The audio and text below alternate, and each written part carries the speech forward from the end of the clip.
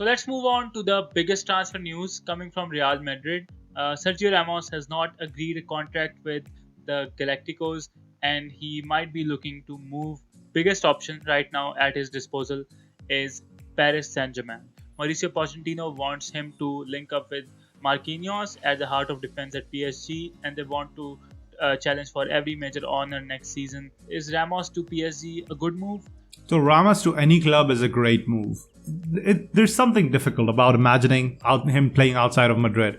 And Madrid letting him go right now is a travesty, right? You gotta reward your utmost loyal servant.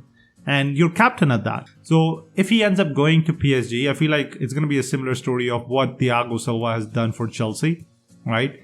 When everyone thought that he was done at the top level, he still managed to perform somehow, right? So I feel like Ramos is nowhere near done. The guy has hunger, and he's the Zlatan Ibrahimovic of defense, I must say, right? Very egocentric and a player who just seems to get better with age, and specifically with the position that he's playing in. He can play well into his 30s. The likes of Nesta comes to mind with just their brilliant footballing mind and presence of where they need to be at what time. If Ramos is able to replicate that, I feel like he can play for another 3 seasons at the very high level. What do you think? Absolutely. Marquinhos, who plays at the left of defense, along with Sergio Ramos, who takes the right-hand spot. That's a very good defensive core that PSG have. And that might be the missing piece of the puzzle that they need to challenge for the UEFA Champions League next season and really get a final and get over the line.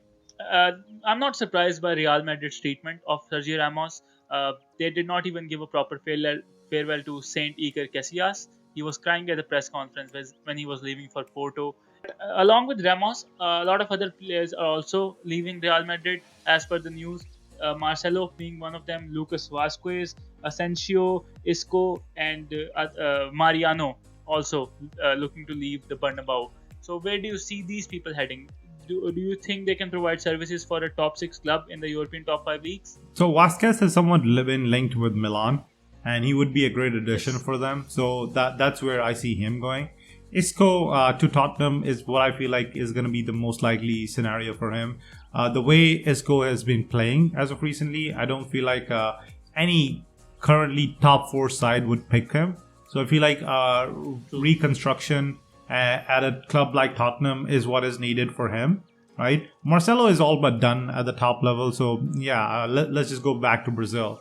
And talking about the spine, you've got Modric, who's just about done with his top playing career, right, at the top level. True. Same goes for Benzema, who's got maybe a couple of years left in him.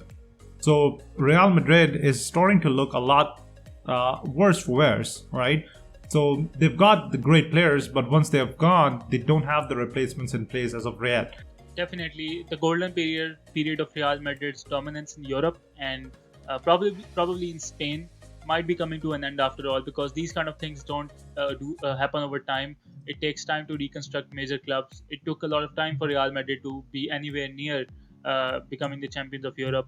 The transition period lasted from 2007 to 2013, and they bought a lot of players, and they had to wait a lot of seasons to get back into the fold of the best teams in European football. So that's true. I totally agree with that. 2009 was when Ronaldo moved, and that's the same year that Kaká moved into Madrid. So you got to have one of those spending sprees, and specifically with the amount of money that they have spent on upgrading their stadium and financial fair play, it's going to be difficult to do something similar to that. So it's going to be a difficult period coming up front, specifically for Perez, who wanted to have the European Super League specifically for this, right? Because they needed the money. So it's going to be tough for them to rebuild, but let's see what happens and if Allegri does indeed end up taking over. Well, that's everything from us here at FDTV Podcast.